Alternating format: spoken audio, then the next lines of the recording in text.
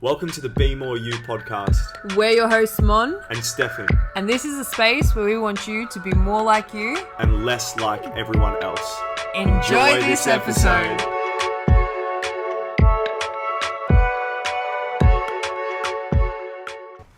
All right, are we ready? Are we on? Yeah. Take two. Take two.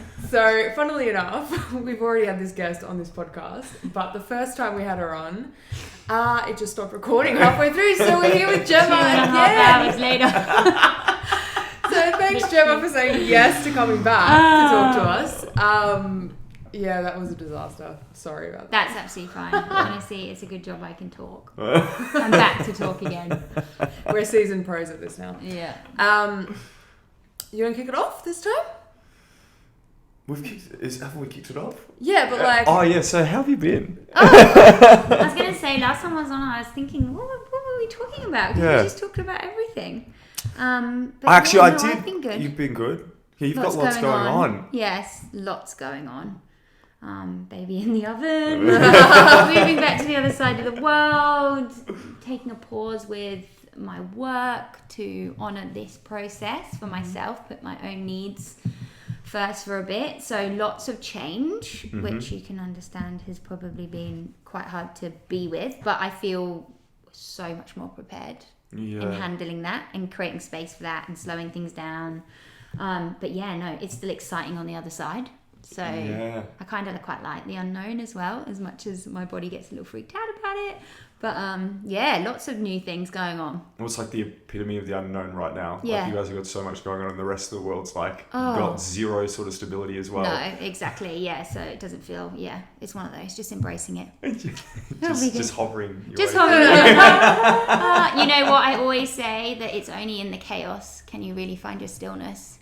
Yeah. And so I really love that. I find that, that's, you can't access that if there isn't that around you. Like, you know what I mean? That is beautiful. So I just said to Mon when you went into the bathroom before, the last 2 weeks, it's like every type of lesson I've ever had to learn has slapped me in the face at once.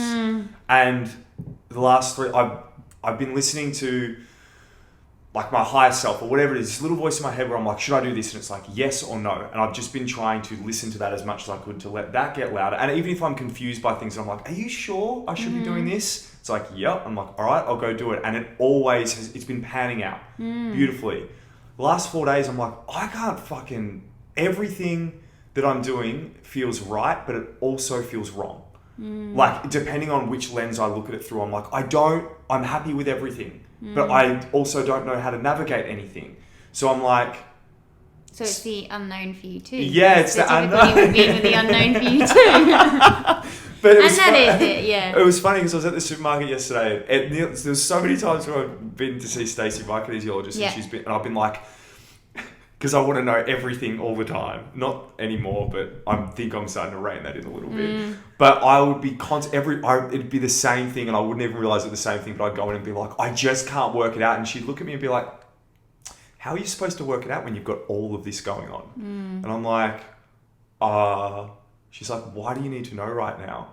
I'd be like, I don't know. And that's it. Yeah, it's the need to know it's around, I suppose that's kind of most of the work that I do too, is around the mind versus like the mind wanting to take control because it can, and then it can create safety from that. Whereas when you're in the unknown, ultimately what you're giving rise to isn't the mind as such. You're giving rise to the body in terms of like the feelings. So I always think of separate as in like your thinking and feeling. Like I've always, my practice is all on the fact that we're very good at thinking, but what we're not very good at is feeling. Yes. And that requires, that requires safety.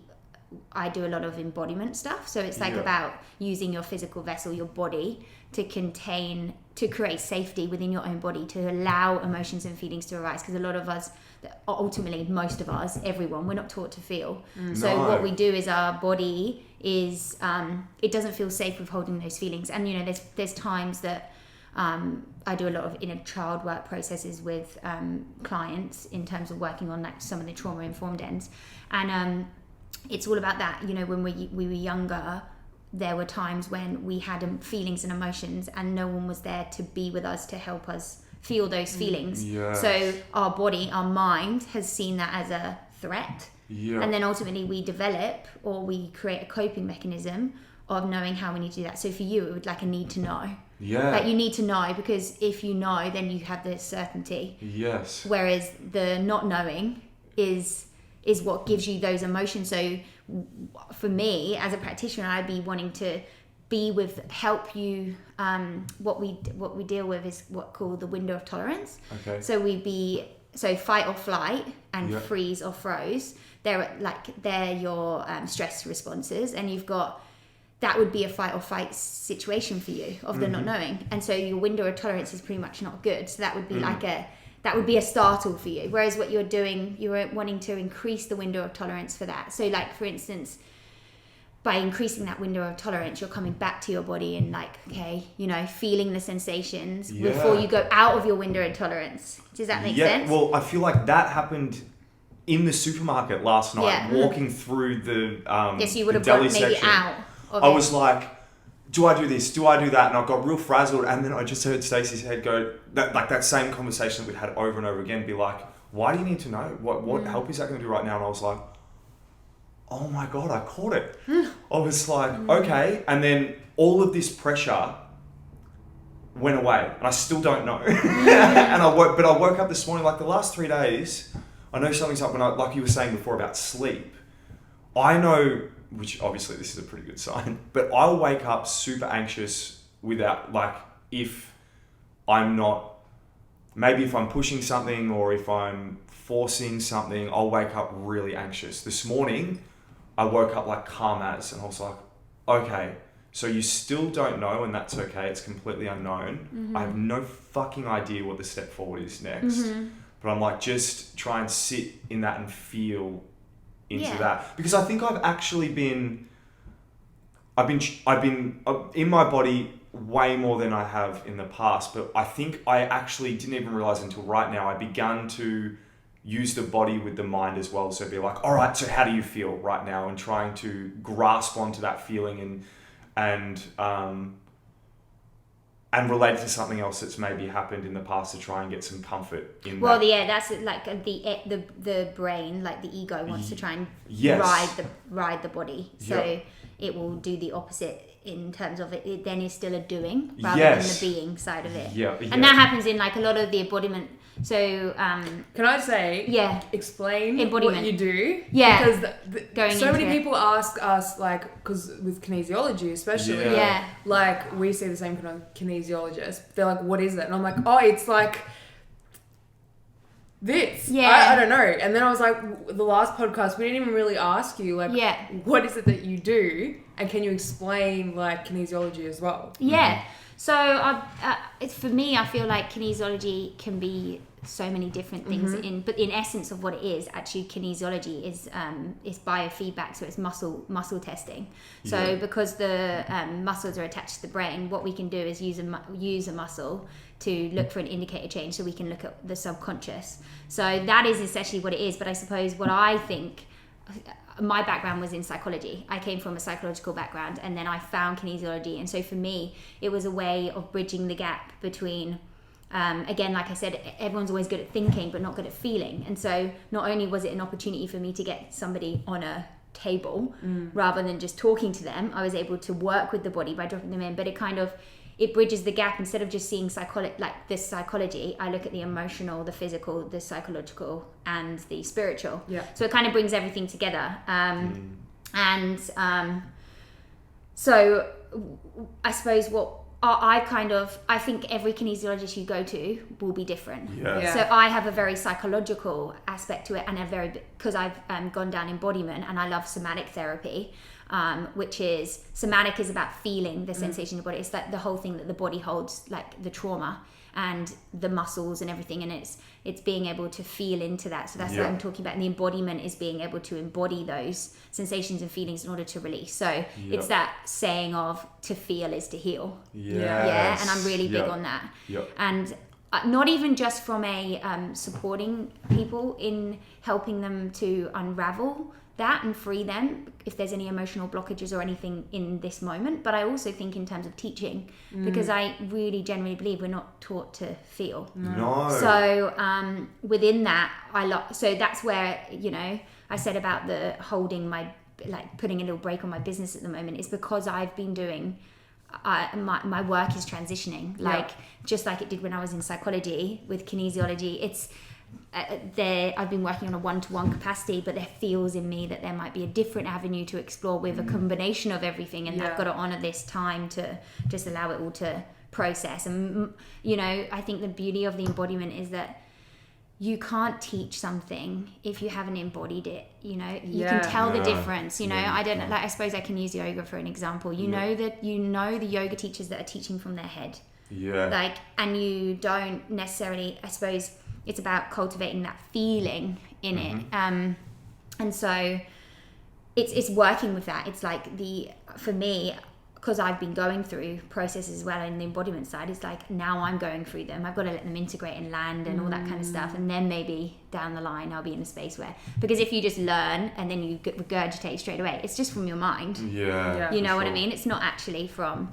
So, so I suppose kinesiology is, it can, lots of people go in and they might have an issue in their day-to-day life that they want to work on, and then the kinesiologist might look at potentially what's going on from all those different areas. I suppose the one thing that's quite interesting, which we did talk about last time, I remember, was that, like, you know, that understanding that just because someone has had an injury doesn't mean that's just from a physical point of view. So I talked about my partner last time, that before I met him, he was a footy player, and he'd always struggled from really, really tight hamstrings and really tight Achilles, and it was just constant pain all the time.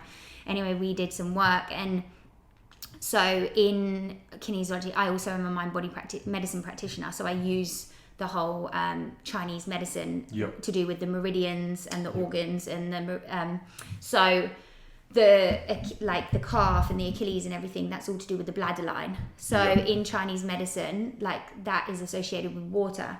And when you use those elements, it's a beautiful theory that helps you to link emotional patterns, psychological patterns, with the organs and the meridians. So in terms of water, it's bladder and kidney, and they're emotionally associated with fear, safety, control, being quite driven. And so when we explored with him around his what we actually came to is that, like, when he has this need to control because he's in fear or he doesn't feel safe, his back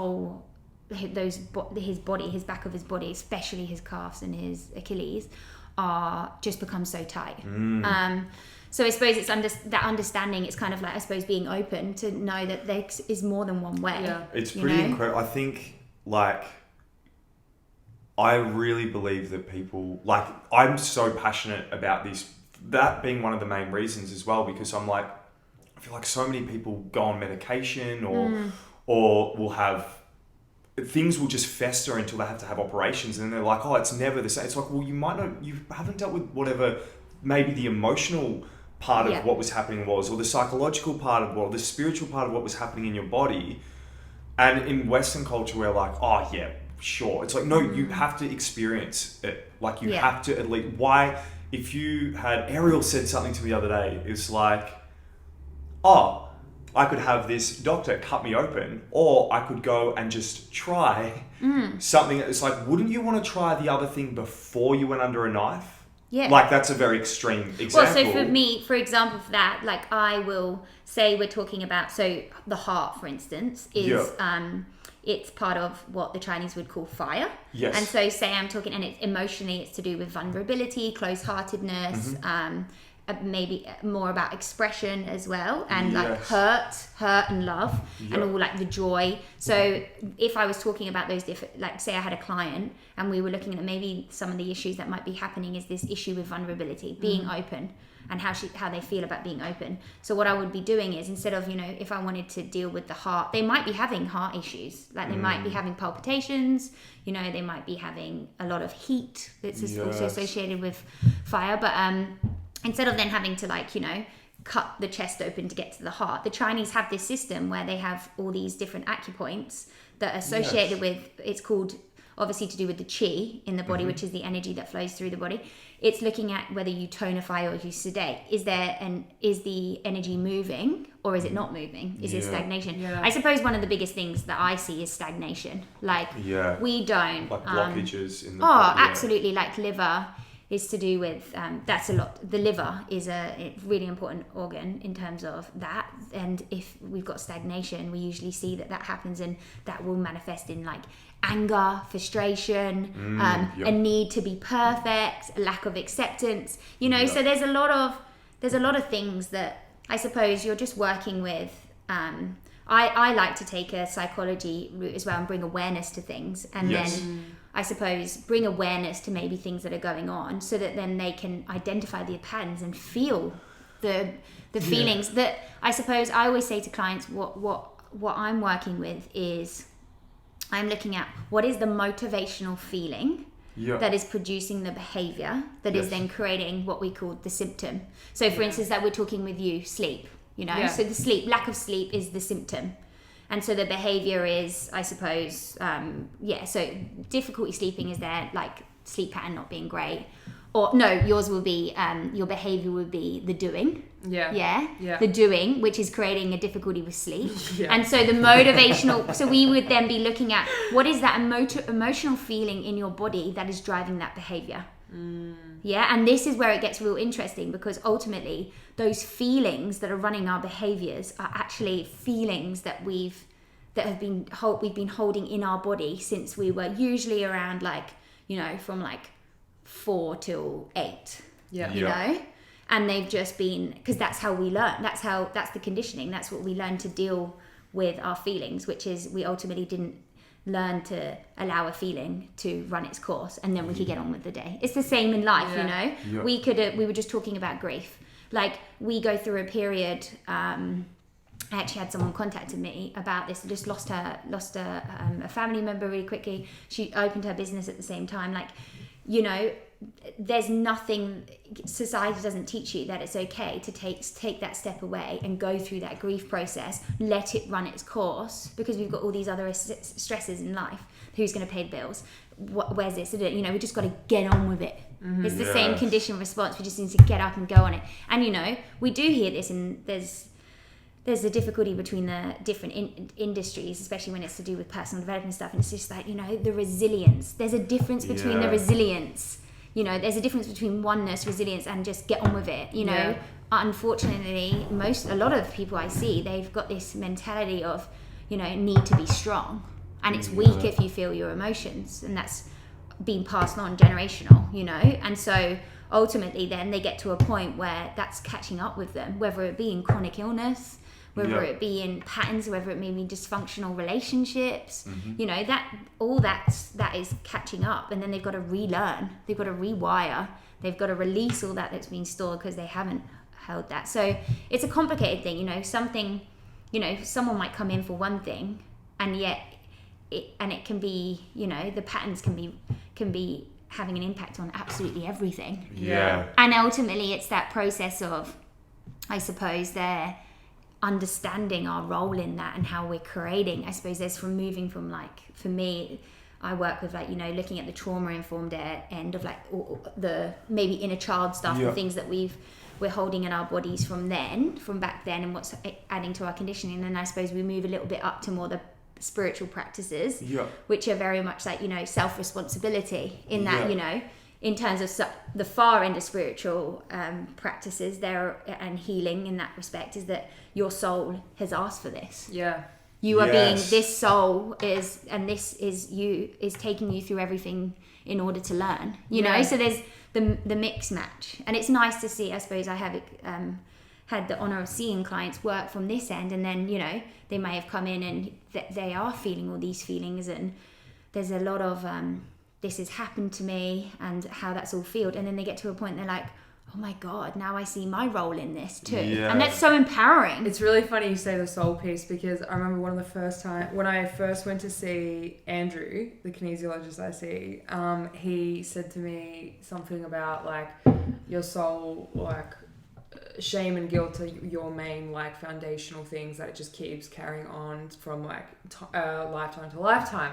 And he's like, the first time you were ever shamed was when, like, in 3000 BC, you were part of a tribe. And when he said that, because I went into it telling him about my family and like my culture and stuff, and I was like, I just don't fit in with my culture and my family. It doesn't make sense to me. I don't know how I have been dropped into this family.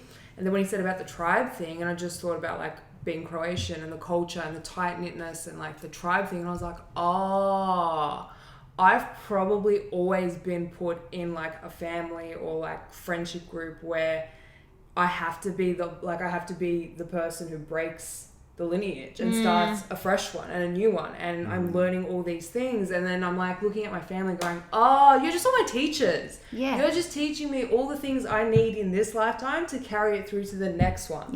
And I just keep chipping away and chipping away and chipping away.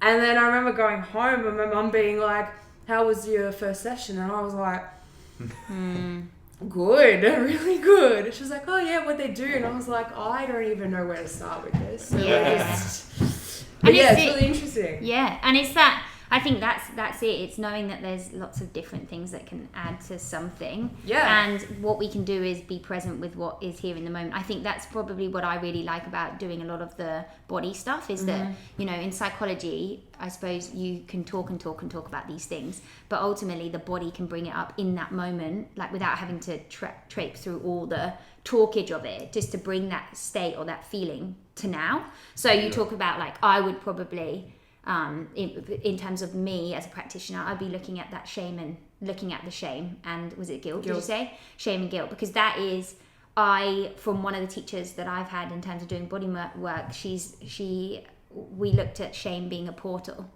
Everything we have shame about is a portal to connect us to actually who we actually are. Because the fact that we have shame around it is showing us something about who we actually are. And so for me, I would be looking like shame is, you know, shame and guilt are probably one of the biggest. I find also this is my own theory on this, but I also find guilt a really useful, a really interesting emotion in terms of it helping to kind of trick a person.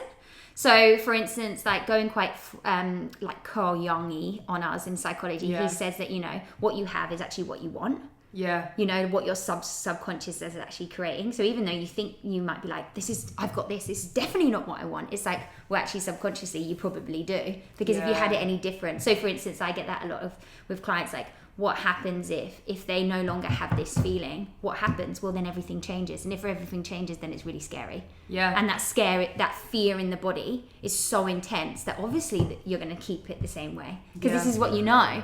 So it's like, it's that whole thing of like looking at those and like creating, again, going back to that window of tolerance and being able to increase the range so that sensation and those feelings are no longer the power over it. Because I generally believe that in order to bring about change, I think what we do is we very much focus on behavior, but that's not it. It's the feelings. Like if I had a client this week that we did a little role play of, not a role play, she's guiding her into the state, and it's all about, she has her whole, everything is around doing stuff for the family. She upholds a business for the family and all this. And so like even the beauty of the mind is you can get it to think of something and you're already creating the sensations, the whole saber tooth thing, you know, the lines there, you can even think of it, you'll create the sensations. So ultimately she's in a situation and all her family are supportive around her. Like they want her to speak up and do what she feels is right, and that she actually wants. She still couldn't do it. Wow. Even though the parents still wanted it, because of the feeling she had in her stomach. And that feeling was fear. And when we got to the bottom of it, we did a lot of inner child stuff. The feeling that she was feeling is that the fear is associated with a fear that when she was a child, she was alone with her feelings. So now she does everything not because of the good intention of doing it for her family, really. She's doing it because if I don't do it, I will feel the fear of being alone. You know? So it's actually about the feeling in her rather than it is about what's going on in the outside. It has nothing to do with everybody else. No. And so it's all interlinked, and that would be, you know, there's a very, in Chinese medicine, there's, you would know this in terms of the 5 elements, you know, there's the earth, metal, water, wood and fire. So each of them have their own little patterns. So earth is very much, and this was a big shock for me when I started doing my own work on when I studied kinesiology, was that, you know, earth pattern is very much like you put other people's needs before your own. But the interesting thing is that other people need to be happy in order for you to be happy. And so ultimately, the thing is that it's not about the intention that you're doing for other people. It's a different intent. You're actually doing it because if they're not happy, then you're not happy. So in a way, it's a bit of a control. Does that make sense? Yeah, it does. It's the same. I think I talk about Ariel a lot because since she's moved in with me, she pulls me up constantly. Thank you, Ariel. She's never going to listen to this, but thank you, Ariel. Yeah. No, but constantly, like, I'd find myself in situations, and because I overshare very often. Yeah. But I realise a lot of the time I'm oversharing not because I want that person to know the truth. I want it to make things easier for me. Yes. Because it's a lot of the time it's like because I feel uncomfortable and I need to sit with it, so I blurt things out. I think I said that last time when we were here. I was learning, especially a couple of months ago, with Lahans and I splitting up and things like that, and going through that. I noticed throughout that process together, it was a beautiful experience, but I did notice when I would say too much, and I'd be like, because I want to say the truth, and be like, the truth doesn't help everybody in that instance sometimes. Yeah. That's yours. Yeah. Don't say it because you feel... It's not that you feel like you should say it. It's that it makes it easier for you because you get to let it out. Yeah. And so really, I'm trying to... Like, I feel like I never used to say anything as a child. And then I've gone way into the other end of the spectrum, and I'm like, I'm going to tell you everything all the time. Yeah. And now I'm trying to reel it back, and I think I'm doing a pretty good job. Yeah, and there's a difference between and it depends what's controlling that, because if it's the feelings that you, if actually sitting with those is more uncomfortable, if you're trying to say, for instance, like filling the void. So like say you're in a situation with people and no one's making a conversation, and you find that uncomfortable. Because I'm like that, and I find it uncomfortable. I'll have to say something to do it, and that's because I'm finding it uncomfortable to sit with the unknown of like that. Oh, this is a bit awkward, and you know, it's the feelings that are coming up, and that's why I'm all about feelings. Like I'm all about the sensations and feelings that are going on in your body, and having the awareness around those. And I suppose another reason, just to add a bit of my own personal story for that, was that I came to realise just how bloody disconnected we can be. So I went through a period of horrendous mental health, and I was an athlete since 6. And I competed. My mind, I suppose my experience was that my mind and body, I had an experience of the mind and body connection, because my mind was gone, and then my body was completely going too. So I was losing weight like no tomorrow. I couldn't. Now I look back, I'm like, oh my god, I had no clue. I was so like mentally, I was so not okay. Like I was psychiatrist, I was on antipsychotics, I was on all sorts, and then I had a goal of coming to the Commonwealth Games in Australia, and then I was able to stop my athletics. But little did I know that was because everything was falling apart before then. It was just that, you know, no one talks about it, but there's this thing called the dark night of the soul. So it's very, you know, we classify it as depression, but in spiritual terms, it's kind of like where your values or what you've held value on before no longer has that value. And ultimately what you're having is an ego death. I 100% experienced that. Yeah. Like 100%. My whole identity, my whole values of everything was just falling away before my eyes. I had no... And so ultimately what happened was I broke my foot. So I ran on my... I was in an international competition, and I ran on my foot 5 times. And it was only... They thought it was tendonitis. So the doctors had said, oh, it's tendonitis. They probably... I don't know if they knew that it probably was more than tendonitis, and it was probably like, if we don't get her to run, I'm probably scared of what she'll do versus what will happen to the body. We don't know. But anyway, the next day, when I got back from being away, I got home and my foot was just like, it literally ate my sandal. My whole foot had just like swollen. Anyway, went to the hospital, and they were like, did you say you ran on this foot? I was like, yeah. And they were like, it was just a complete break. And I had no sensation of that. So like, I have realized just how disconnected we can be. So I was just so in my head, like I was just living from my head, and I was so not connected to my body. And that has been my journey in coming back to connect with my my body and my feelings and the sensations, whether it be, you know, the sensations that I found really hard to be with, because I remember in that, I think I did talk about this in the last time we were here, but like, I know I hate to do the cliche like awakening moment, but I generally had one, because at this time, when obviously I then was in a boot, I couldn't run, I couldn't do anything, I was at home, no one understood what was going on, because it's not like I had anything. Like, the death of my granddad came later, and like there was nothing that could pinpoint as to why my mental health, and I was like suicidal. Like, I was constantly thinking of ways of how to take my life. It was just, and I remember this day where I suddenly, it's so bizarre, but I remember where I just switched.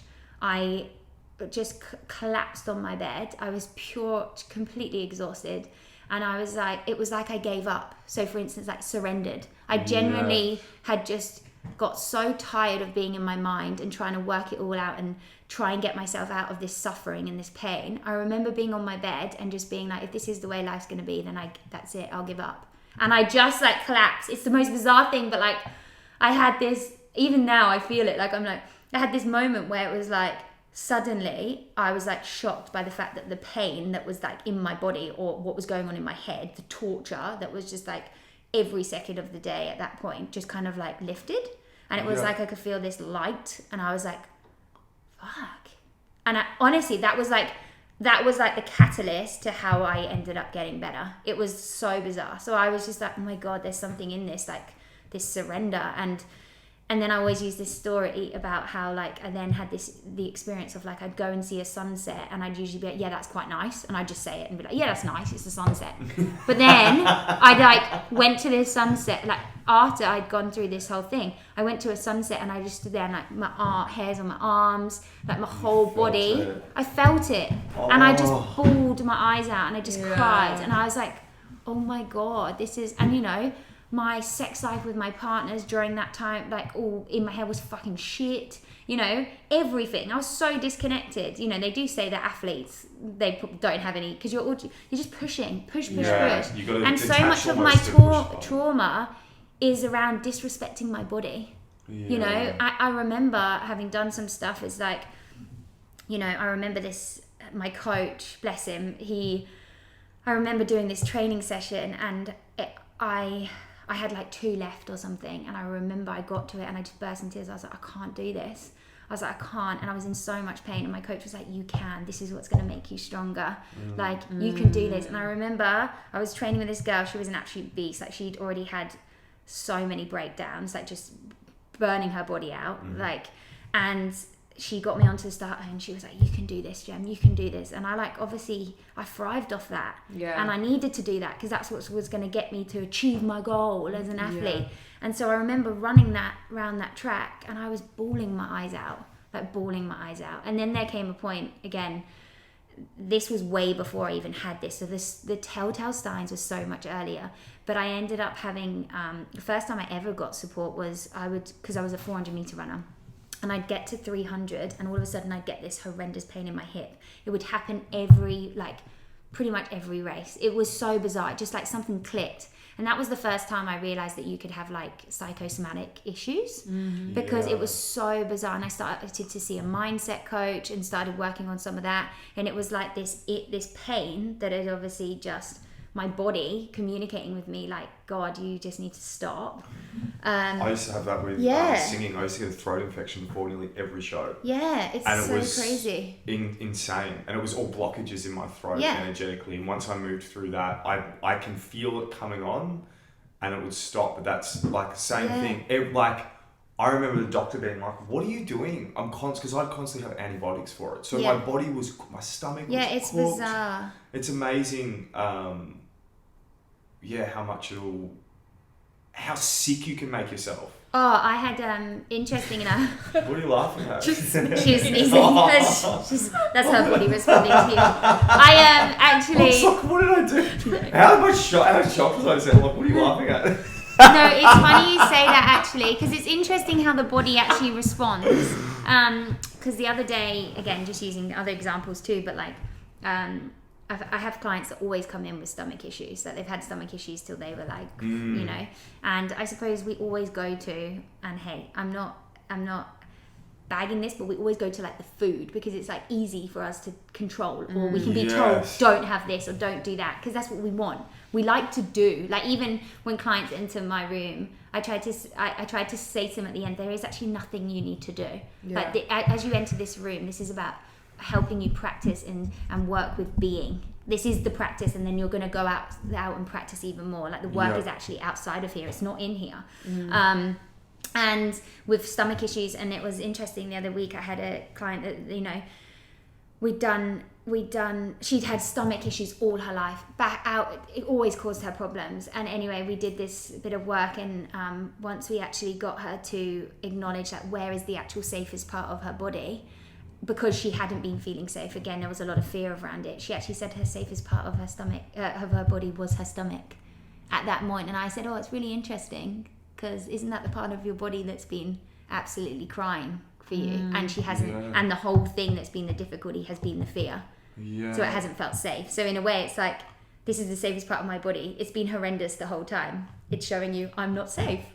You know, and it's crazy that you see it and you're like, oh my God. And again, you know, the interesting thing about, there's a really good book called The Unbound Trauma Body. And it's all about how, like, you know, even when you're a kid, say, I don't know, I can use this as an example of like maybe being in class and I got shouted at and I got really embarrassed, or like I got really scared about being shouted at, and how I responded to that was like contract, my body contract. Well, what we forget is that we keep that contraction. So that's why ultimately a lot of our tummy, again, it's the solar plexus too, which is very much to do with like our personal power, our confidence, how we see ourselves, and in terms of energetics. But a lot of what we do and how we contract in the body and we hold and store these things is ultimately what we carry around with us. And so I'm really of the thing, you know, when I first got into like more of the spiritual practices, I always thought that when I was meditating, I needed to just like go into some abyss. You know, I was like, I need to just like suddenly be in this other place. And now I suppose my line of work has very much gone down like the embodiment practices and more tantric side it's of like things. a really like, and it's all, for me, it's all about the physical vessel. It's all about coming back into my physical vessel and holding the space, because this is where, you know, the innate wisdom, I very much, you know, talk about, you know, now I'm doing more of like the feminine stuff, because for me, like, gosh, being so disconnected was because I was just like so like go, and I hate to just, they're not what you, there is no, you know, it's very arrogant to think that we can categorize what masculine and feminine are. They're both intertwined with one another. Yeah, you can't, there's no stereotypes of what they are. And I suppose when we use them in conversation, it sounds like we are doing that. But like, I had no access to be disconnected from my body means I had no access to my feminine, because the feminine is the energy that comes up. It is the being. It is whereas you have that energy and it's that masculine around it that kind of translates that into the doing. If you think of it that way, you know what, rather than the actual roles. And so for me, like, it's very much being able to work with my body and do things now that like help me to stay connected with that, because I have always been, hence why I got into psychology. Like, anyone who says they're studying psychology, it's like, yeah, because you're really good at thinking. Like, you're very good at logic, and you know, and that is me. But now, having added other things and like learning how to cultivate that, it's kind of like being able to embrace that, and hey, it might be a lifelong journey for me, you know. But I'm not, I had this conversation yesterday with I'm doing a course that I'm studying for at the minute, but I'm like, it's not in terms of searching, it's just that as in, I've got this understanding that there's a difference in terms of the way I can feel my way through things rather than think my way through things. So there's no, like, I really use my feeling now, and it's been really challenging. Like I'm saying now, like having baby has been the most challenging, because like, you know how everyone says, oh, listen to your body. Half the time people are saying, oh yeah, I'm listening to my body, it wants to rest. It's like, no, you're not. Your brain is telling you still, it's still not your body, because we're so disconnected.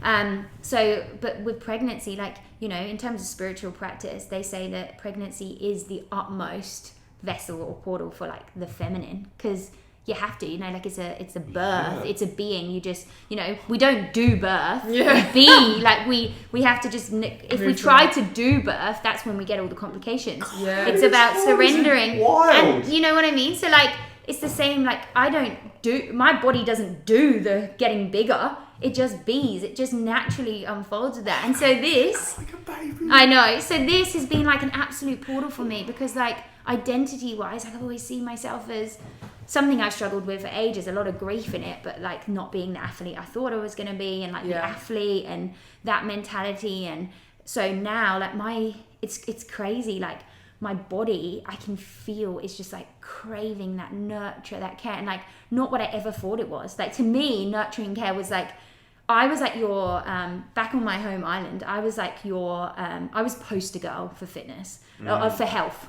I was athlete, I ate well, I was modeling for Nike, I was doing all that, and oh my God, I was like really looking at it, anything but healthy. And this is why I really struggle with society's depiction of what healthy is, because you know, I'm all for the exercising, but I'm not for now the pushing your body to the extreme and not listening to it. Like, you know, when you're being told to push your body over the lines, like that's actually detrimental. So last year I went through this like similar phase where everybody just saw me as like the crazy bitch who just trained 4 times a day, did boxing, did all these things, was really strong, was really masculine, blah, blah, blah, blah, blah.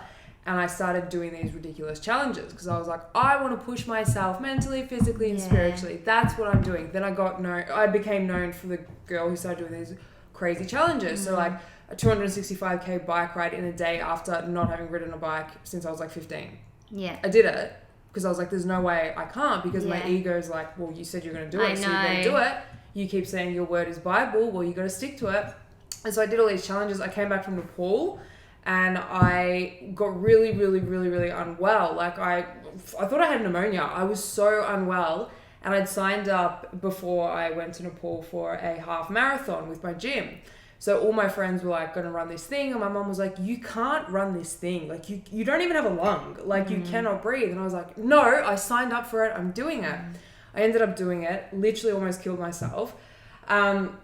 And then this year, I was raising money for the community in Nepal, doing this ridiculous challenge of carrying 30 kilos in my backpack for 62 kilometers.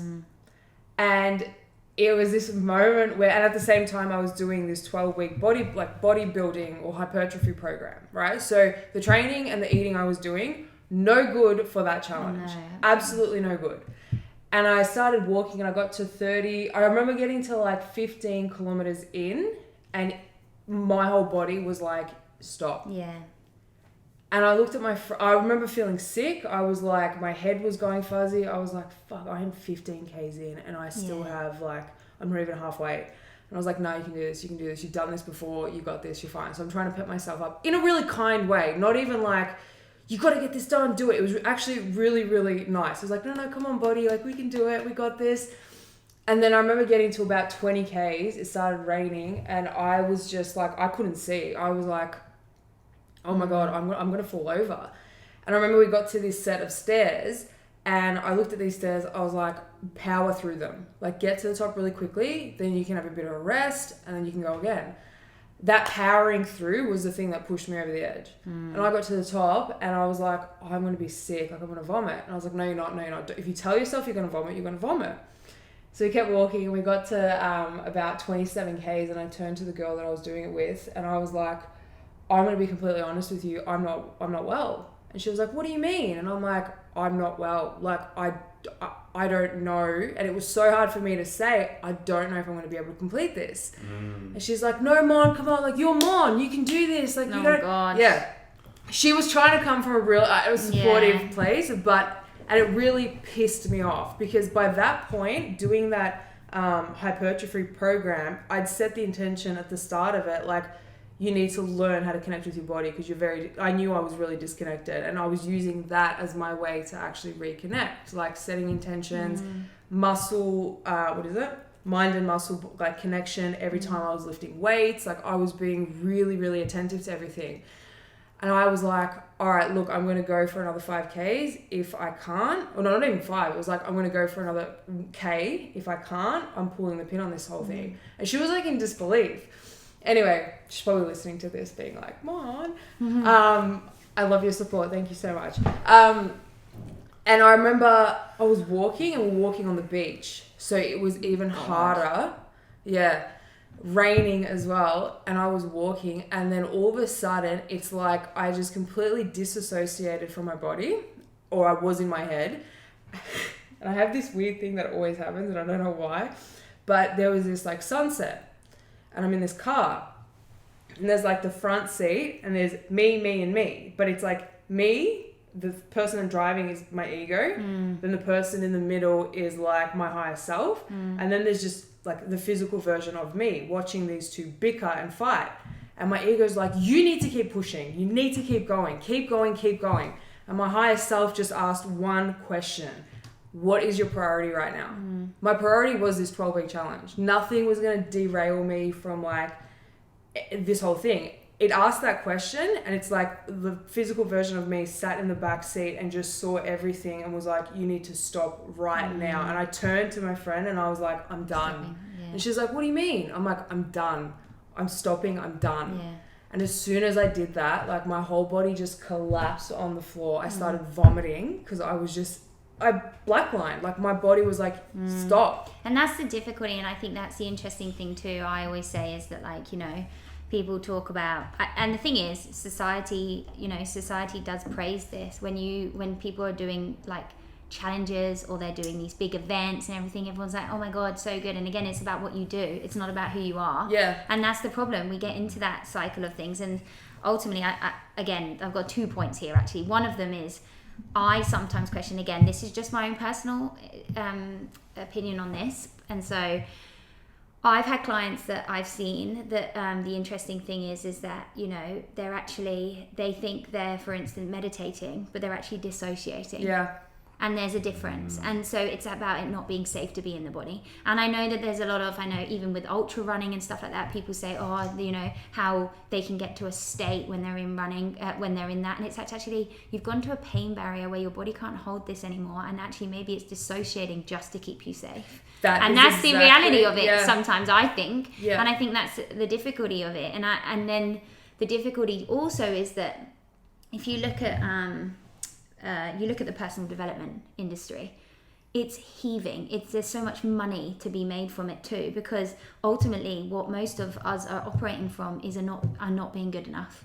Yeah. And so if you're operating from not being good enough, you're doing these things because only when I do these am I good enough. I always say, I always say that if you have to do something to feel good about yourself, then there's something going on. Because ultimately we should be able to, and I suppose this is the goal, we should be okay with doing absolutely like just doing like, how do we feel about ourselves if we actually did nothing? Well, the funny thing is when I was like on that walk as well, all I was thinking was, it was a guilt thing that came up for me because I was like, oh, you're trying to raise this money for like this community, blah, blah, blah. And I was like, they don't give two shits. They're still going to get this money whether you complete this walk or not. Like, who are you actually doing this for? And that's interesting because that's around... So the guilt there is very much around conditions as well. Yeah. Like you having to do a condition. So like instead of unconditional love, there's the conditional love. Yeah. And that's, I think a lot of people don't realize that's what they're doing too, is that I can be loved when I do this. Yeah. Or you can be loved when you do this. And we're kind of always writing that story. Because I think social media is the worst for it, I find. Like, I had a big issue there. So much, like there was a big runner, an Aussie runner, who was going and doing so many marathons. So she wrote this post, and it was all about how because she had actually retired and she had babies, and then she came out saying her relationship with running had completely changed. But if you read her post, you would see the real, like, if you just wanted to see it for the achievements that she was then going to go to, because she was saying she was out of retirement, she changed her relationship with running. It's now given her a sense of identity again, and she's going to go do these thousands of marathons, whatever marathons in a row. What she said in her thing was that without running, I am depressed, I am, suicidal. And it's like, can you not see this person is in pain? Like, and then everyone being like, this is amazing, she's doing all this again, it actually, I know, you know, it's actually detrimental because it's feeding it again. It's validating. And I suppose I can talk from that because it was patterns that I've realized myself in too. And ultimately, as an athlete, that's how I got my validation in. It wasn't in doing, and, you know, I couldn't be with my feelings, and feeling alone meant that actually I should just perform and achieve and try and be the best that I can be. And so sometimes I feel like that's the difficulty. It's like we have all these expectations of ourselves, and we want to be this type of person, but again, that's the ego. That's what it was for me, because then I was like, oh no, then someone asked me afterwards, they were like, so what's the next challenge? I'm like, there are no more challenges. Like, that's what I needed to do to learn. Like, I will not do something like that. Was fucking horrendous. That was so shit. And I was like, no fun at all. I'm going to only do things that are fun and like actually good for me, with the like doing it with the intention of, I'm actually just doing this for me. I'm like, there's no reason to put myself through anything like that ever again. Sure, there might be like physical, I might run a marathon or whatever, but like the intention has to be absolutely pure. Otherwise I'm just like not interested. Yeah. So you know how we were talking about that with window of tolerance, like for me, in my level of awareness, even when somebody mentions goals at the moment, I know that like, if someone says a goal to me, like as in, this is the goal, it already triggers something in me. Because, and I know that's where I'm at the moment, because the window of tolerance is still pretty like, I know that for me wouldn't be, still now probably wouldn't be coming from a good place. I'd be trying to push, I'd be trying to strive. And so, and I see that, so I try to step back and be like, okay, this is about me. This isn't about them. And seeing whether, and I've learned the hard way with that, because, you know, some people can have their goal and it doesn't have to be coming from that intent, but, you know, it's, that's the awareness I see in myself of being like, that's what it triggers for me, because I've been in that, and there's been stress around that, and my body is responding to that. And so I used to be someone that, before I realized all this kind of like, and those things, but I would jump at things.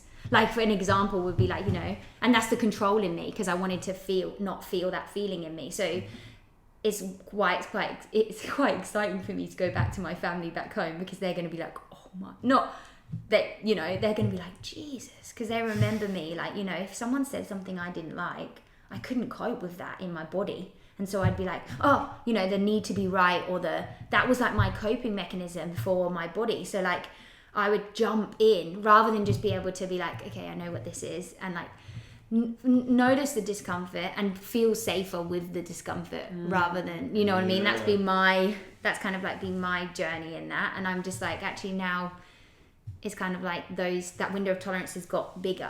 So How I can long has it just been be since here. you've been home? So it will be like 2.5 years, 3 years. Yeah. Oh, you've got a lot you've got heaps going on right now. I've got loads like in going a beautiful way, but it's like that's... But it's going to be a big tech, because like I was known on the island, like I actually, when I came out here, started writing, because I came out on my own, and it was literally like, hey, I was following my heart at that time, but I also was running away. Like it was easier for me to run away and deal with this than it was, but I was also following my heart. I'd come to Australia to watch my, you know, that whole thing I said, I was trying to go to the Commonwealth Games, the universe had different plans for me, broke my foot, didn't go, but my brother did.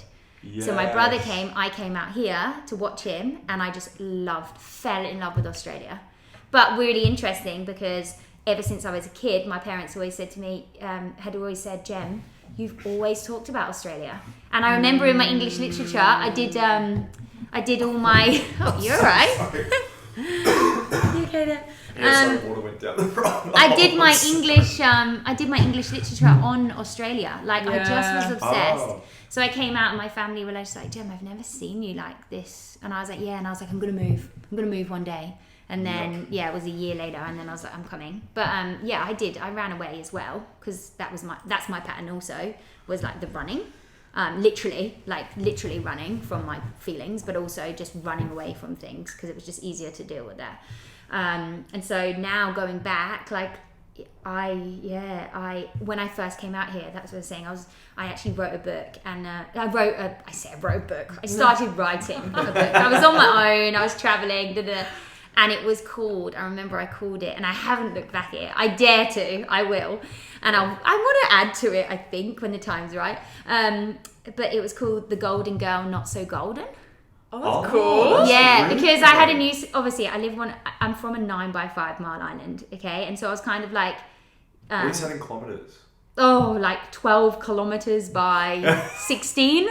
That's with tiny. 100,000 people. Yeah, it's smaller than Geelong. What? It's That's like tiny. Jersey. Yeah, that's Jersey. Oh my god. Like if you go on Google, you'll have to like enlarge. To see. It's like, come on. So yeah, I had like because I was doing, I don't know, from a small island, I had this whole thing of like, that's tiny. my thing of like wanting to show that, you know, just because you're from a small island, you can still do great things. Yeah. So I was like, you know, and I did. I freaking like I've ticked off quite a lot of stuff. Yeah. So I was like, I was doing that, but then I got this like identity and this ego around it all. And so I remember we have a Jersey Evening Post, which is the local newspaper, and it was like, you know, all across the back page, like Golden Girl, because I'd done these, I'd been in international competitions and got some medals. So it was like Golden Girl, and the book was all about like, you know, Golden Girl, not so golden, because it was like what you perceived to be gold wasn't the gold. You know, and that actually the gold was very different for me, and I suppose coming out here, I've realised what gold truly means for me, and it's not about any of that stuff on the outside. And I'm actually like, I've got, I suppose there's been times when I've been in Australia and I have felt at my darkest point in Australia on my own, and being like, I don't have any of these things around me anymore. Like I don't have my running, I'm not the athlete, I don't model anymore, I don't do all this, I don't have any of this stuff, yet I'm here, I'm in the middle of this. And I suppose I then looked and was just like, can you still love yourself regardless?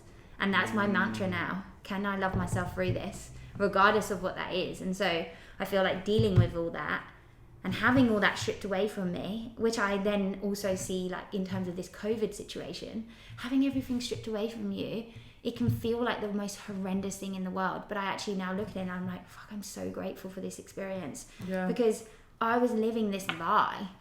I was just this person that, you know, it made me feel good for not that much long, you know, not very long. Yeah. It was a dopamine hit, and then it was gone again. You know, you can't outrun the self-to-self relationship feels, really. No. And so now obviously going back to that island. Whereas, you know, you leave somewhere, it never changes, it never does. Even when I come back to Australia, it would be the same. But the thing is, you don't. Like, and so it's a bit scary. Like, it's like, oh my God. And I'm embracing this. And remember, the mind can create before. So I'm like, oh. So I'm definitely feeling those feelings before. But I'm excited at the same time. Yeah, it sounds, God, you guys have got And I think the most exciting I am before is because, like, hey, I came out here, I was... I suppose this is my biggest growth. I always say that my biggest reward for myself, for having invested in myself and working with myself, is my partner. Because I had been in a serious relationship 7 years. I was single 4.5 years. And then I came out here, was on my own. Yeah, God, just running away. I did, as soon as I got here, I actually did meet someone who... I always believe you meet people for a reason, a season, or a lifetime, in terms of how you stay connected. And oh my God, like, he was such a huge part of my growth, like massively, and I cannot thank him enough for that. And I met him and it opened up this whole thing for me. But again, I ran away, and I needed to do that for me. I needed to put him to myself, realize what was for me, and then realizing what it means to fully open your heart and be vulnerable. And I did all that, like I really did. I worked on that, what it means, what do I really want? Like that was so hard for me, because my whole life had just been doing what I was expected to do, or because I was good at it.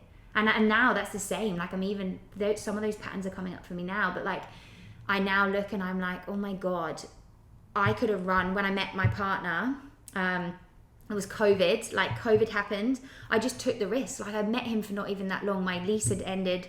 I was like, you know what? I'm just going to move in with you. Like, you are someone that makes me feel like I can grow. I want to be a better person, not because I don't think I'm good enough, but because I feel like together we could just, you know. And then there were so many times in that with COVID, nothing to distract. I wanted to run. And it was the only time that I actually realized that the running was about me. Yeah. It wasn't about anyone else. And that was the first time that I'd realized it. I was like, fuck, this isn't about them doing something wrong and you being like, yeah, that's a good thing, I've got to go. Yeah. This is about you running because it's your shit. And so I was like, right, I've got to stay. And now, lo and behold, and I was a commitment phobe because obviously I committed so long in my life to running and stuff.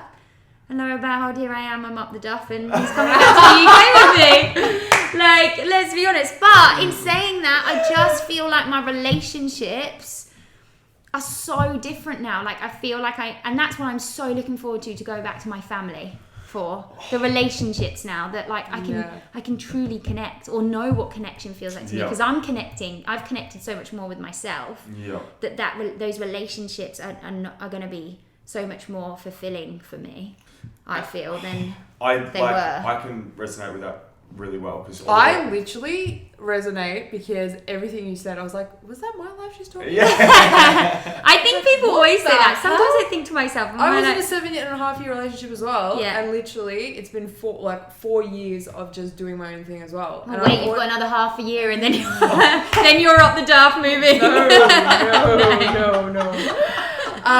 No, but I think those 4 years, they're critical, because like for 7 years, I have such a fear around like losing myself like I did in that relationship. Like, and literally doing this Be More You thing. I remember when I first, like, giving up my YouTube channel, giving up the podcast that I had, I remember I did it. I was like, this feels good. And then it was in the shed. We were talking about something and this thing just went off in my head, and it was like, you're doing it again. And I was like, oh my God.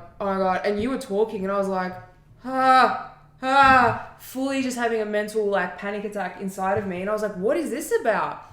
And it was like, whoa, this feels too much like everything before.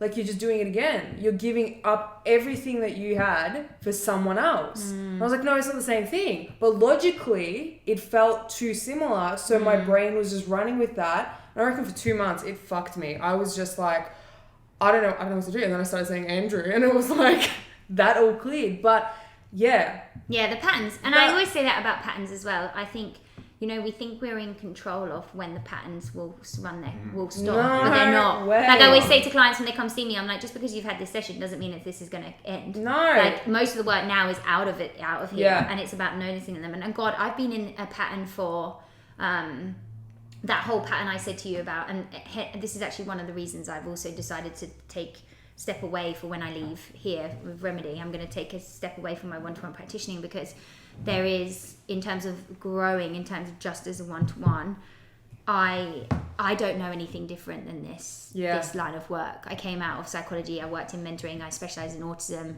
It's all been the same work, and for all of it, I've always been told that I'm good at it, and that's why and if I'm really honest, I genuinely feel that there's some part of me that actually wants to step away from, and I want to step away from this field and explore another part, which up until now, I wouldn't have been able to. I felt, but I wasn't able to. My partner, I was a bit scared to say to him the other week that I decided to make a decision, because obviously we're going there and we both have no jobs, and it was kind of like my set thing that I could actually just do this at home. But I went to him and I was like, look, I've made the decision. And I said, I'm going to stop, pack up shop for a bit. And he was like, I'm so proud of you. And I was like, what? He was like, because this is the first time that you've come to me and you've said, this is what I'm doing. Yeah. All the other times, I was looking for his validation. Yeah. I was getting him to say, yeah, I think that's the right thing to do. Whereas this time, and the only reason was because my motivational feeling for that was I was guilt. I felt guilty. And like, you know, I kind of feel like I've been fed this idea that if you're helping people, then surely you found your path, you know? Yeah. And actually, my mum always used to say to me, my mum worked in hospitality, and she always goes, Gem, I'm helping people every single day. And I always used to say to her, no, you're not. No. I was like, we're living in pubs and you're working in a bar, and, you know, I was like, and you're just working in like restaurants and cafes. And she's like, I'm making people's quality of life, you know, like I'm supporting that. And I'm like, yeah, actually, it's quite true. You can help people in so many different ways. Yeah. And also I'm just like, actually, it sounds like my needs aren't the same as they were then. Yeah. You know? And like, that was actually when I was in psychology, one of the hardest things for me again. And I've had to work on a lot of shame around this part of me and this part of my life. But like, I realized that, so when I came out of my mental illness, I was so adamant to help other people. And I realized that was coming from still my own pain. Mm-hmm. I wanted people not to go through what I went through. And that was because to me, that was pain. You know what I mean? And so I suppose a lot of what I've been doing, so I stepped away from it. I realized that this isn't coming from a good place. This is coming from a place where I want everyone to not have to go through this, but actually the reality of it is I had to go through that, and it's been part of my journey. We spoke about this yesterday about like people grieving or going through loss and trying to be the fixer or the caregiver in a situation. You can't rob people of that opportunity to grow. Yeah, and and I think that's the biggest thing, is just be there. Yeah. And like, I know my partner was listening to this podcast the other day, and I think the person turned around and goes, oh, what's all this holding space malarkey? And I kind of hit me, because I do say that sometimes, like holding space, but it's like, actually it's true. I'm not holding that space for you. I'm actually just in the space for you, or with you in that space. Yeah. You know, it's the whole co-regulation. Like, and I suppose that's what we do in terms of the practitioner side is, you know, I always say to clients, I'm not doing anything like you are. I'm here to support and guide and just to be with you in this space. So like I have to be so much more in my body. Like, whereas when I was in the psychology, I wasn't. And so that's why I did step away from it until I came out here, and then worked in a completely different field, hospo, and then found the kinesiology, and it just meant that I could practice differently. And I think the beauty of that was that when I did the kinesiology and stuff, I was getting balances. That's what we called in kinesiology. I was getting balances every time I was at college, maybe 3 times a week. When I was in psychology, I was sitting in a lecture theatre and I was thinking and learning. I didn't go through my own work. You know, I've had my own therapy and stuff. I have had my own therapy, and I suppose in clinical that is a requirement for you, but it's very different. I think it's a bit different my experience in that was very different to when I came and learned. It was more practical for me and very much about me. But I did realise, even when I signed up to do kinesiology, I did that because I thought I could offer someone something. Little did I know, going through it, I realised this isn't about other people. This is about me. I wanted this. I just couldn't be honest with myself. Yeah. You know, and it's the same. That pattern's restrung a lot too. Like, I'm doing an embodiment course at the moment, and I'm like, I've actually realised this isn't about it, and it's a facilitator course so that I can facilitate it, and I always saw it as the addition to my business, and I'm like, nah, this isn't even about others, this is about me again. And that's when it's like the best thing ever, because I know something completely different, but my YouTube channel was the same thing. Like, doing that for a year, it got to a point where I was like, I'm just doing this for me because I just want to keep the promise to myself. Yeah. The commitment is I show up every single week, and as soon as I hit upload, regardless of how many views the video gets, regardless of how many likes it gets or shares or whatever, like, it's for me. I tell a story through it. If it helps people in some way, shape or form, great. If people hate it, great. Like, they'll find something better, or, you know, someone better to listen to. But just doing it for myself meant that I kept showing up for myself. And it's so hard. Like, I've really found that hard. That pattern for me has been really hard, of just, like, you know, I'm someone that if I don't, because of the feeding of being good at something, if I'm not good at something, I find it very hard to stick to within that too. And so, like, I'm being able to just do things for me because I just want to do them, and then not have like a outcome is what I've been having to really focus on, because that, you know, and doing that, I've like uncovered so much of what, oh my God, like, going through the pregnancy is a big realization for me to say, actually, some of the things I've been doing I don't even enjoy. I don't even enjoy them. And I'm like, this is ridiculous. So then I'm like, but when I realized that, suddenly my brain was like, fuck, well, what do you enjoy? Maybe just gonna sit here and do nothing. And I was like, okay, well, I'll just sit here and do nothing. And like, you know, and then I was like, oh, okay. And then just something comes. But the fear of that, like, I've had to sit with the fear of doing nothing so many times to increase my window of tolerance, to just not have to be in the doing and be okay with nothing, because I found that really, really tough. And then I realised, like, now I suppose I kind of just, I feel more okay on my own, like that. I don't get that anxiously thing of, fuck, what do I do next? If my diary's not full, what I've got, I'm like the opposite now. I like never have a diary full, like, until like it's way more spaced out. And now it's just like kind of letting things just flow and just sporadically be like, okay, well, that's what I feel like doing, alone on how I feel. And that's why I find it difficult sometimes when, you know, people say feelings are the transient things and you shouldn't act on them. But it's not about acting. It's not about reaction. It's about response. You know, it's about how can you respond to your feelings. You maybe don't act in, you know, you respond them in a way before you then do something else. But at the same time, your feelings are still valid. You know, I say that about every emotion. Your feelings are valid. It's about how you respond to them, because a lot of what we see is, you know, for example, anger. Mm-hmm. A lot of people don't process anger, and that's where we get a lot of stagnation in the body, because they've seen someone display anger, and yes, it hasn't been an appropriate way of responding to it. So then they've learned that anger is not appropriate, but actually anger is valid. It's just the response to it the reaction to it wasn't. Yes. You know? So that's the conditioning, and that's where we've got to, because all those emotions they're natural emotions. Same with anxiety. They're all emotions and they're all valid. It's just the response. And I think back to what you were saying about like sitting in nothing. Well, I saw Andrew not long ago. He's like, all you need to do every day is ask, what is your priority action task every day? He's like, if you do your priority action task each day, you will get a lot further than putting a checklist of 100 things and smashing yourself for the whole day. In 3 months, if you just do one thing that brings you close to that thing that you truly want, like for me, it's music at the moment and an album that I'm writing. And so every day I wake up and I'm like, there's a couple of things that I'm like are non-negotiables. Very few things that are non-negotiables. But what I've found is, because I'm really uncomfortable sitting in nothing too.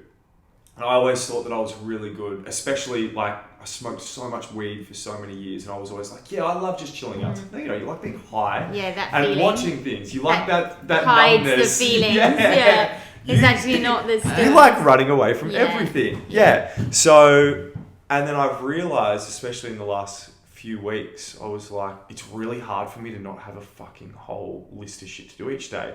But then I've noticed in sitting in that nothingness, or being like, what is my priority action task, and waiting for a feeling to come up and be like, do that. I'm like, all right, I'll do that. The days that I've really honored that properly, because over the last 4 days with all the everything, I haven't been able to even honor that correctly. I think I've gotten I'm not going to say right, I think I've felt into it a few days, but a few days I haven't. But in the days that I have, in the previous couple of weeks, the feeling of actual, like almost like accomplishment from the one task opposed to the fucking 15 that I would normally try and do just to fucking do it for the sake of doing it, is incredible. Yeah, and it is the ebbs and flows, isn't it? It's like, I suppose women are now being encouraged, like with the cycle, to understand like the where the ebbs and flows are, even in like, I suppose the word productivity, but you know, how they can tune their life to what they do, and that there doesn't have to be this whole push all the time. And that's, again, it's because it's a dopamine hit. Every time you do something, it's like, oh yeah, cool, boom, tick it off, boom, yeah. And then on some other days I have had jam-packed days, but it's felt really good to do it. So it's like, today's not even like today's the day I'm gonna hammer it. It's just like, I'm gonna do this. Now I'm going to do this. See, for me, it's the practice. For me, like I have, I suppose, the last couple of weeks as well. For me, it's the practices that I do around connecting back into my body. So, like, you know, I have the awareness now, whereas I didn't before, of like what it means to be so in my head versus in my body, or like, and so the practices that I do, they kind of help me to, you know, they don't have any thought. I've actually been out of my body a little bit. Like they don't have thought until I've been speaking to you. Yeah, like they don't have thought. And like one person I really love is, and I've been doing, is it's called she is by Michaela Boehm, and it's the non-linear movement method. I think we talked about this last time, but like we're so used to doing things that have a linear movement of, like, you know, even when we go to yoga, we're following structure. When we're running, we're following structure. And the whole point is, and this is very much used for trauma stuff as well, but like, is about allowing you, this is the embodiment of it, but you feeling into your body and expressing whatever is there in that moment. So like you just moving your body, and this is about connecting into your intuition. So you just use whatever is coming up. So, you know, maybe I'm feeling numb, so I just be numb. Maybe I'm feeling angry, so I'll be angry in my movement. Yes. And it's like the expression of that, but also even just the free expression. So I get a lot of connection even when I go like this. I feel the sensation on my hand. It kind of like, don't know what it does, but I'll be in my head, and then all of a sudden I'm like, oh, that feels real soft. And I'm very much in my hips, like cat and cow for me as well. It's just like a real connector. But like, yeah, so I honor that, and I used to do things because I had to do them. Again, tick them off. They were my practices, like meditate or do this kind of thing. Yeah. And then I had a real, obviously, because I'd always done my running and I was training, there's always been that I had so much aversion to being told that I had to do something, so I never would do it. But now I feel like it's just, the things that I do in terms of wanting to connect to my body or like, are so effortless. It feels much more effortless. It's taken me a long time. But recently, it kind of, but I think it's because I've been allowing my body to guide me in that, because now I've wanted more of that nurturing. I feel ready. My body's crying for it. So I'm like, oh yeah. So it just comes natural. Yeah. I've been like, it's been really weird for me. I was sitting here again with Ariel a couple of weeks, probably a month ago, and we're eating. I've always had a really huge problem with body image in myself. And it was always something that got overlooked, like, yeah, shut up, Stefan, because I did a lot of modeling when I was younger. I had, at no point have I been quote unquote overweight, but I've grabbed the skin at the bottom of my stomach nearly every day for my entire life until about 5 or 6 weeks ago. And I didn't even realize I was still doing it. I did it yesterday and I was like, what the fuck are you doing? Just to measure, just to see if there's any fat there. Right? And it's been a really weird thing for me because a couple of years ago, I started really diving into, I started with a new trainer and it was nutrition, but the intention was to heal the gut, and the intention was to just get as much processed food and everything out of your life as possible. So it wasn't from a weight perspective, which was the first time fucking ever for me. And it's been really interesting lately because as you've been talking, I'm like, I have not moved as much. I've been teaching a lot still, so I'm moving those classes.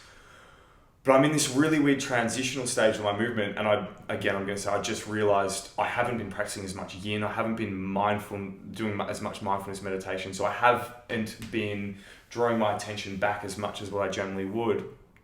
But it's been a really weird feeling because I haven't had training for the intention of being fit or for looking a certain way. Which is beautiful, and it's really nice to feel. Like, I eat really well still, but I'm not fucking scared to eat anything anymore. Like, I'm not scared to eat. Like, if I do eat chocolate, it's a vegan chocolate because I'm lactose intolerant. It doesn't sit well with me. But it's really, I feel like forever, I'm only just noticing this now. I feel like forever I've tried to, almost use my body or identify myself with the body, because when I was younger, everyone was like, oh, you look really good, or you look this, or people want to take photos of you. This was before everyone had an iPhone. To go and do a fucking photo shoot, it was like, oh my God, somebody's paying you to do what? Absolutely. And I identified with that for fucking ever. I was terrified for years of losing my hair. Like, for fucking years. I remember when I was like 22 and 23, I'd be freaking out at the thought of, I'm like, oh my God, am I receding? I'm like, no, you fuck, it stayed the same for the last 10 years. But I think that's a lot of people don't realize that though, because like I'm very much, so like, again, I suppose I was running and I was keeping fit, and this was way before even the fitness boom was going on. I had never had any uni friends that would do do any sport. So it was kind of weird. I never thought about that in that way either, like in terms of like keeping fit and that kind of stuff, because it was just something I did. And then there came a time when I stopped, and then all the things that kind of came to me, and I was like, what the hell? This is bizarre. But I also see now, like, a lot of what I've been, like, I see, this is why I'm very careful about, like, I don't generally feel like I do fitness anymore. Like, I don't, I actually gave up fitness. And now what I do is I move. And because the difference is a lot of us, and they say this for women, but I don't think it's just for women. They say that, like, every time you're entering a gym, you're usually going in with the intention that I already lack. That I lack and I need to get better.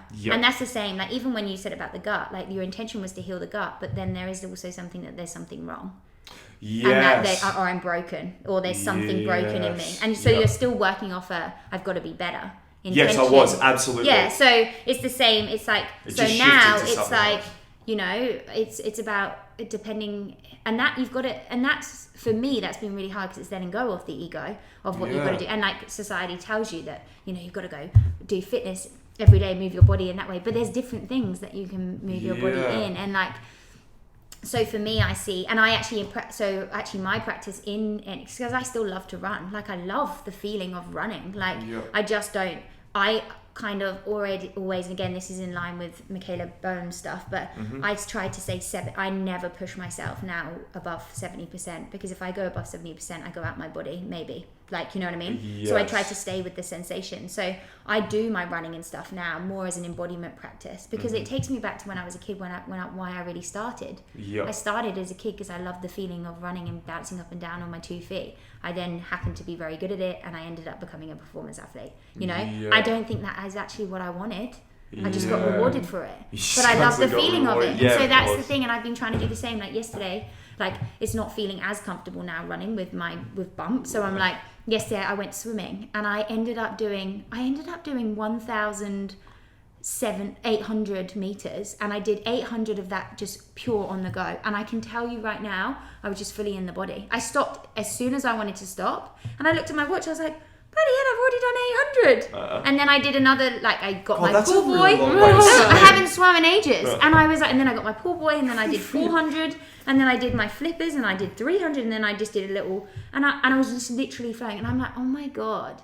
And I even think back to when I was like at my peak of my running. It was when I was younger, and I never ever focused on the outcomes. I just generally turned up to training, and I would just run. I'd never push myself. I'd never do anything. I just like ran, and I just stayed in my comfort. And that was the best I've ever run. Yes. And so now I'm just like, and me and my partner talk about this all the time, because he is the same as like when he was a footy player. It's when he had gone to that thing, like, I've got to be the best, and pushed himself, that he ended up breaking.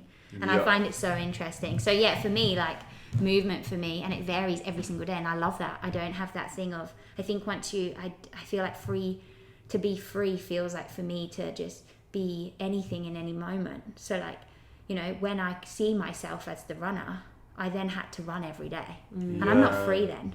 I'm not free, because what if I don't want to run? Yep. You know, and I've really had that hard, because I was like, fuck, I don't want to run. What's wrong with me? And I'm like, well, I just don't want to run today now. Whereas before I was like, I can't, but I'm a runner. I've got to keep running, you know? And I think that's the difficulty. So for me, it's just like I feel into what, and it's taken, God, hey, look, I'm still on a journey. But that's it for me. I move in a way that my body wants to move, and just try to go with that. And that's how I've like tried to transition from the fitness to just to move. Oh, it's so interesting you say that, because with running, that's like with me and singing and writing songs. I came into that like a few days ago as well. It's like I practiced yesterday, I practiced the day before, I've been practicing each day.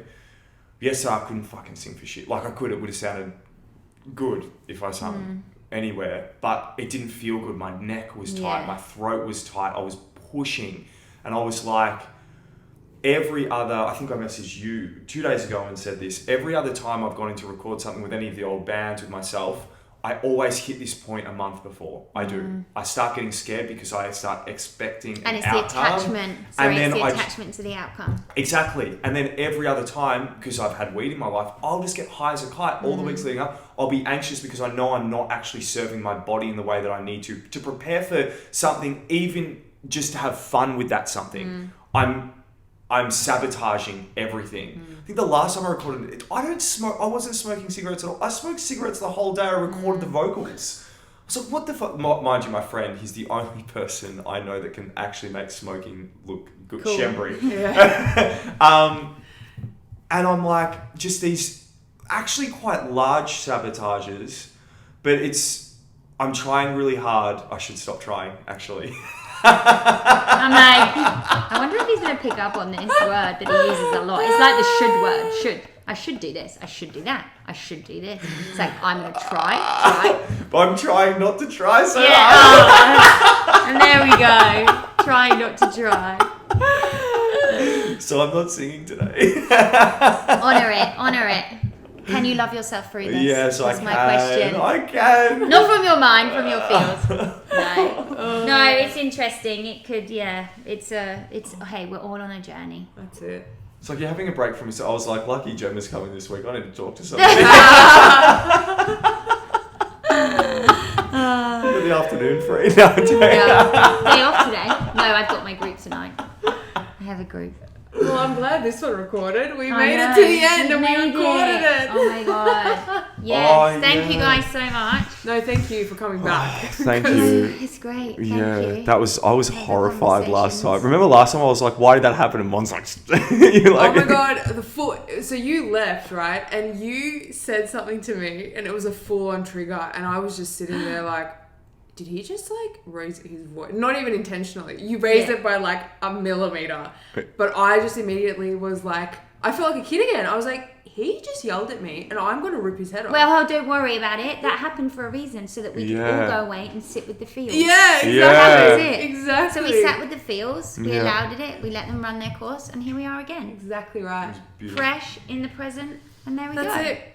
Thank you so Thank much you. for coming. Thank you. Thank And you. all the best for Oh, thank you. the trip the back home. voyage and the baby and the Oh, and the baby. jersey and I'll just be in the now. Take me back. No, thanks, guys. Thank you. And thank you everybody for listening to this week's episode.